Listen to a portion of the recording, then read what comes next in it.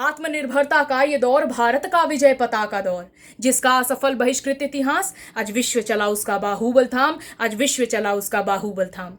मेरा नाम साक्षी द्विवेदी है और मैं विषय विश्व बाजार में आत्मनिर्भर भारत सफल या असफल के दृष्टांत में अपने विचार प्रस्तुत करने जा रही हूं, जहां वर्तमान परिस्थितियों को मद्देनजर रखते हुए पक्ष निर्धारित करना ना तो संभव है और ना ही सरल है। भारतीय के रूप में मुझे गर्व हो सकता है तो नागरिक के रूप में मुझे इसमें खामियां नजर आ सकती हैं, परंतु एक वक्ता के रूप में केवल यथार्थवादी दृष्टिकोण।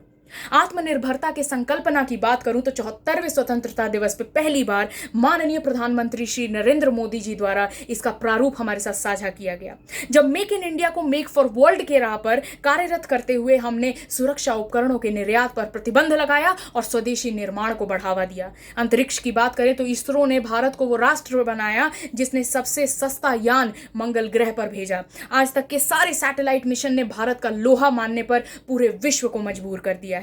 तो वहीं प्रत्यक्ष विदेशी निवेश में 18% की बढ़ोतरी होना, सॉफ्टवेयर टेक्नोलॉजी में उन्नति होना और भारतीयों का सिलिकॉन वैली में दबदबा बढ़ना, जिसमें भूमिकरण और वैश्वीकरण के साथ हमारा जो साहित्य है या हमारी जो संस्कृति है योग की, वो विश्व स्तर पर जाकर इतना सम्मान ग्रहण कर रही है। परंतु एक वक्ता और भारतीय होने के नाते मुझे ये भी पता है कि इस आत्मनिर्भरता के भारत को सच करने के लिए हमारे पास संकल्प भी है, हमारे पास सुविधा भी है, हमारे पास काबिलियत भी है, दृढ़ संकल्प भी है, परंतु ऐसे कई बाधक हैं रास्ते में। फिर चाहे वो वोकल फॉर लोकल हो या फिर हमारा जो राष्ट्रीय स्वास्थ्य पोर्टल है, तकनीकी रूप से सबके लिए एक साधन बनने का जो प्रयास किया गया है, कई और ऐसी परियोजनाएं हैं। इसके पथ पे हमें काफ़ी बाधक देखने को मिलेंगे, जैसा कि फेडरेशन ऑफ फार्मा एंटरप्रेन्योर्स के अध्यक्ष की ही माने तो हमारे जो उत्पादन की लागत है वो बहुत ज़्यादा है और इसका सबसे मुख्य कारण क्या है? हमारा नौकरशाही व्यवस्था। अशोक ने कहा था कि हर राजा को इस व्यवस्था को ठीक करने के लिए एक जासूसी व्यवस्था रखनी चाहिए और इसके ऊपर एक और व्यवस्था, परंतु इसमें कहीं ना कहीं भारत असफल रह गया है। कहा गया है कि चीन में भी भ्रष्टाचार है, परंतु वो उद्योग के रास्ते में नहीं आता है।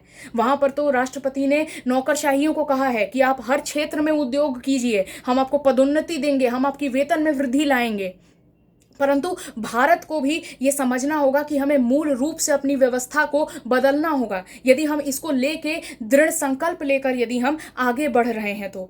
और फिर उसके बाद यदि मैं Indian council of research and international economic relation के अध्यक्ष की बात करूं तो उनका कहना है कि हमें श्रम उत्पादन जो है वो अपना बढ़ाना होगा, लागत कम करनी होगी। इस वक्त हाल ये है कि यदि चीन का एक श्रमिक 10 फुटबॉल बनाता है तो भारत का वहीं एक श्रमिक केवल 5 फुटबॉल बनाता है।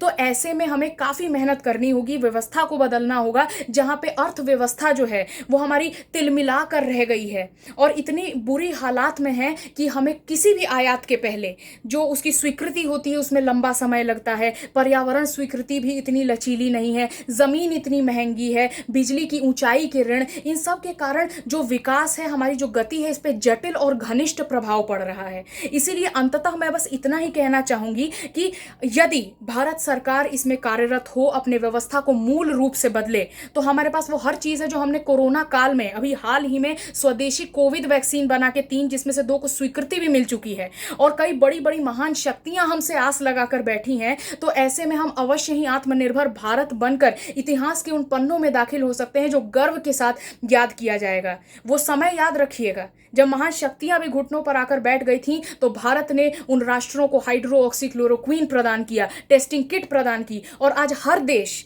चीन, पाकिस्तान ऐसे देशों के साथ अपना संबंध तोड़ना चाह रहा है, उनके साथ आयात निर्यात के संबंध नहीं रखना चाह रहा है। तो इसका हम लाभ अवश्य उठा सकते हैं। इसी आशा और विश्वास के साथ धन्यवाद।